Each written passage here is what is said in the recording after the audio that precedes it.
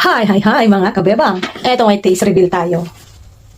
Crinkles. Ito yung pinaka-last na ginawa ko kasi pinakamaliit to. Wala siyang chocolate chips sa loob kaya hindi siya ganun kalambot. Pero malambot siya ha. But pag may chocolate chips, ito nabasag. Kaya ito na lang yung kakainin ko.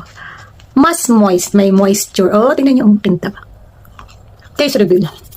Iluto ko to. Noong araw ngayon. Monday ng gabi. Wow.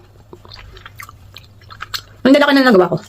Tapos, napadami yung chips nito.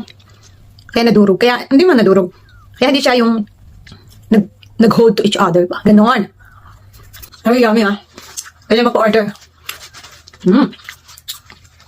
Kaya na medyo pricey din. Ay, may chips. Tsaka mahal sa trabaho.